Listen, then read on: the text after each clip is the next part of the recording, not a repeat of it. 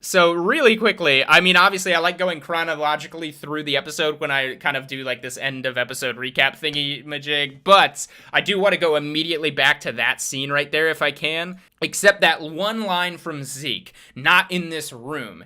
Interesting. So would they, maybe they knew they were being spied on by the Marleyan, military there. Obviously that was Magath at the table with all the other Marleyan commanders, I guess you could say.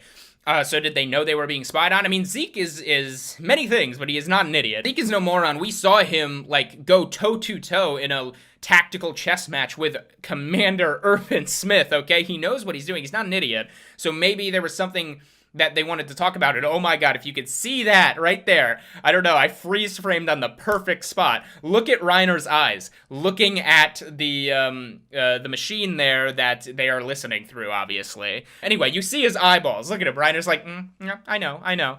It's gonna be interesting to see if there's even dissension within their ranks. I don't know, Zeke definitely seemed very simpy to the Marleyans, but what else are you gonna do when you're in a room of Marleyan commanders? Of course, you have to seem like they consider Eldians to be lesser human beings. You have to play it up. I'm not suggesting that Zeke is doing, double agent status level shit, because that would be a real stretch. He has not shown anything but straight up support for Marley. There's some sort of secretive aspect of okay, we keep this in our little circle. We do not go to the Marleyan command with this. Again, I don't know what the level of it is, but clearly there is some aspect of Zeke who's not willing to trust. Obviously, they're Eldians in the Marleyan Empire. They expect to be surveyed. They expect to be looked down at.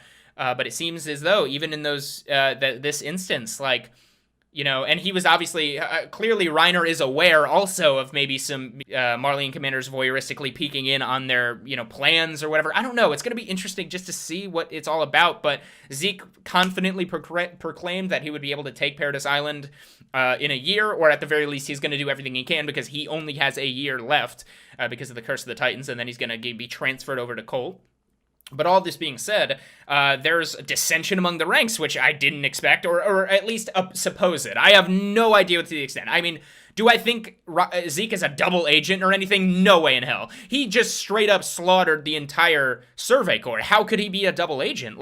Unless you want to keep up appearances that bad, you're willing to kill hundreds upon thousands of innocent people, and you don't, but he is constantly talking down to people, and, he disavowed his father. He even publicly said, the former son of Grisha Yeager. He's, disavowed his bloodline and everything, so I don't think he's double agent status or anything crazy like that, but he's definitely in a position where he's hiding something from Marleyan command. I don't know the significance of it, though, exactly. This was a particularly cool scene. Obviously, Zeke and Colt were just in the meeting with the Marleyan commanders, and Magath actually came out and was sharing a cigarette with him. But anyway, this conversation's talking about the 32 ships that were sunk, and I can't imagine a single Titan was responsible. Clearly, we do have Armin, right? We obviously have Armin and Eren in the power of the Titans, right? At least 2 Titans, including Eren Yeager, must have blocked their escape.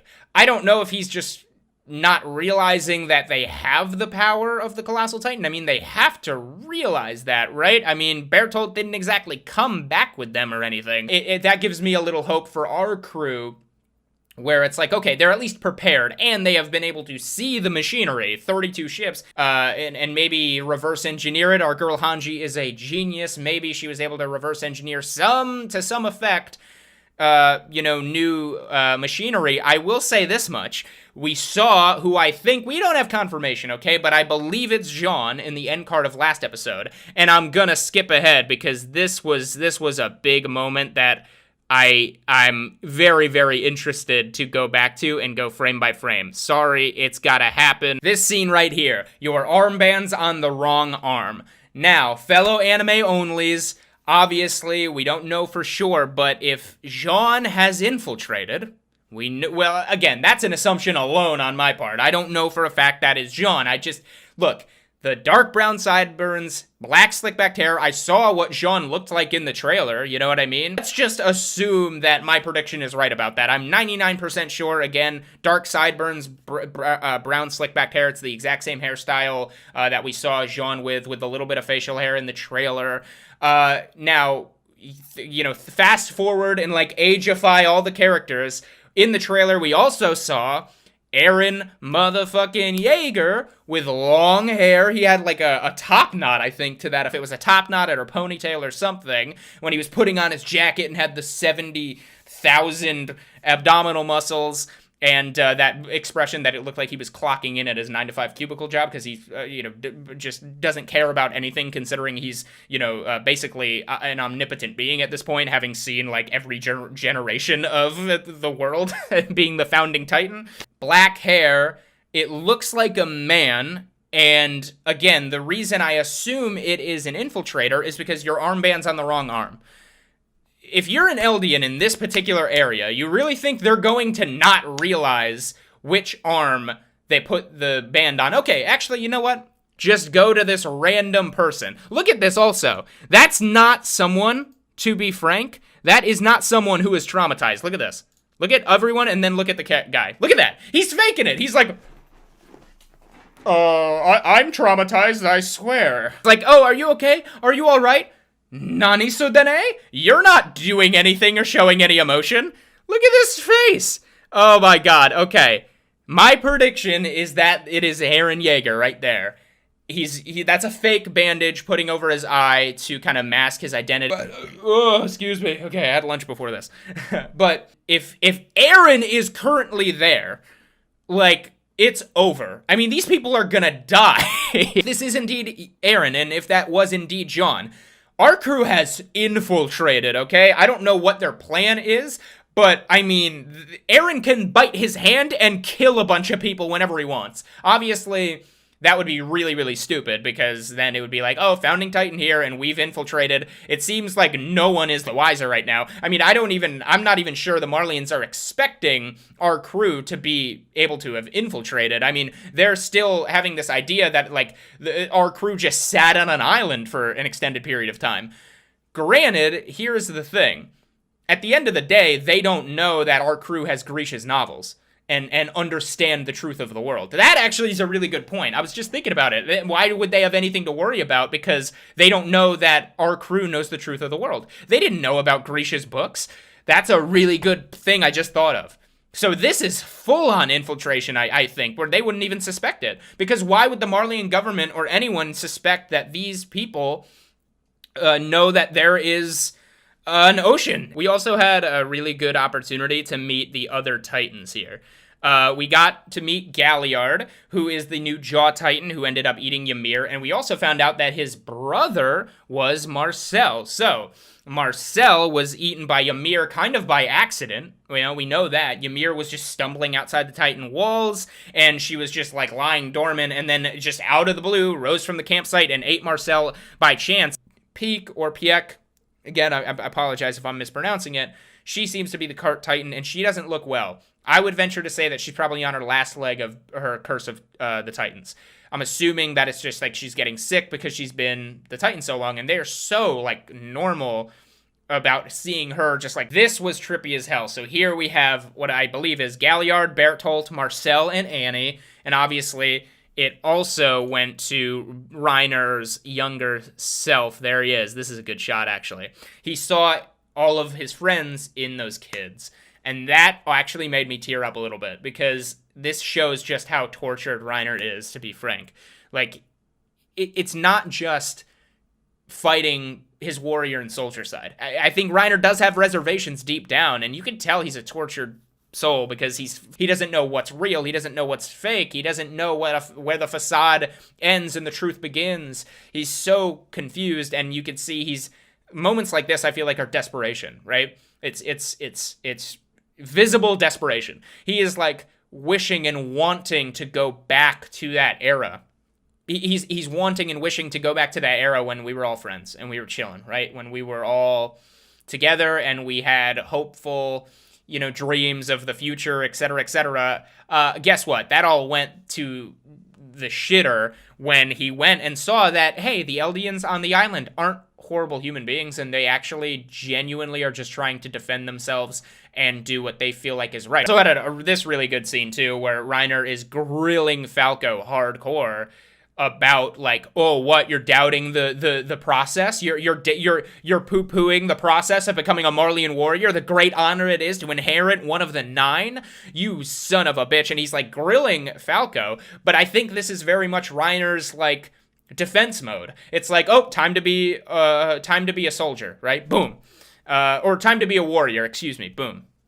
Because he's a soldier when it comes to like him being with his crew on the island, but he's a warrior in this instance. He's a Marleyan warrior, and he's like, oh damn, Marleyan warrior overload. I gotta put on this facade. I'm like, oh, I'm the big dog, and da da da da da. You can't show any weakness, but it's also interesting that he was like, you have to do it. At the end of this conversation, he was like, no, Falco, you have to do it. Save Gabby from this life. So it's like, even in this scene, even these multiple scenes, Reiner is showing the dichotomy in his brain. It's just wild to see this man go through all these different, feelings, and it's really, really wild to see. To end on Reiner's note right here, that kind of brings us to this final moment where he's walking away from the screen and to that island. That's actually an awesome shot. I want to kind of keep it on. But yeah, like this is Reiner's journey right here. He's like, after all this time, because it's been 4 more years on top of the 5 years. Right, he was there for 5 years. Now he's here for 4 years. Now he's like, Jesus, I have to go back to that island. He's in a situation he's probably kind of getting. Well, he's clearly still dealing mentally with all this stuff, right? But he probably going back to that island. I mean, seriously, how much triggering shit is going to happen when he goes back to that island? I mean, he was getting triggered when he was taking on a Mid-Eastern Alliance outpost. He was getting triggered. What else is going to be triggered when Reiner goes to this island? I mean, he's going to be in a situation where he sees a wall and he just freaks out and his brain snaps. Bertholdt was also this guy's rock. Without Bertholdt there to calm him down, Zeke doesn't give a fuck about Reiner. I'd be willing to bet. It's not like Zeke is going to help him through any mental problems he's going through. Bertholdt was there to remind him, hey, Reiner, I know what you're going through with the split personality, dissociative identity disorder, whatever you want to call it, what you're dealing with right now. I get it. I'm here for you because I'm your friend. And he was like a helping hand and a helpful shoulder, right? Without Bertholdt, Zeke's just going to be like, Reiner, what the fuck are you doing? And everyone's going to be screaming at him and shit. It's like, he's lost his allies, right? He does have Galliard.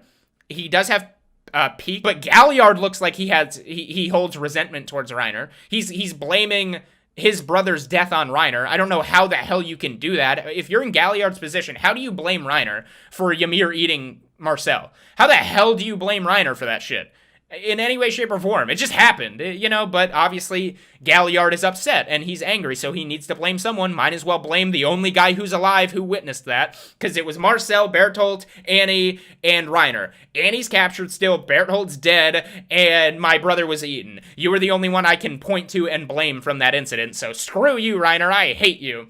And then Peck doesn't look like in the best shape. They didn't really engage on the battlefield that much. It's going to be very interesting moving forward to see how these characters start interacting when push comes to shove. But again, who knows? If they go to the island, will our crew even be at the island? I think that's Eren pretending to be a traumatized soldier. I think that was Jean in the beginning of the episode. I think they're obviously setting up. I think, who knows, maybe next episode we'll see Mikasa. We'll see Mikasa in the background. I think that we're going to start seeing a lot more of these characters pop up, and we've infiltrated, man. Like, what are we going to do? Thank you all so much for watching this episode. Let me know in the comments below. Thank you so much for everything you guys do for me. Love you, and I'll see you in the next episode of Attack on Titan.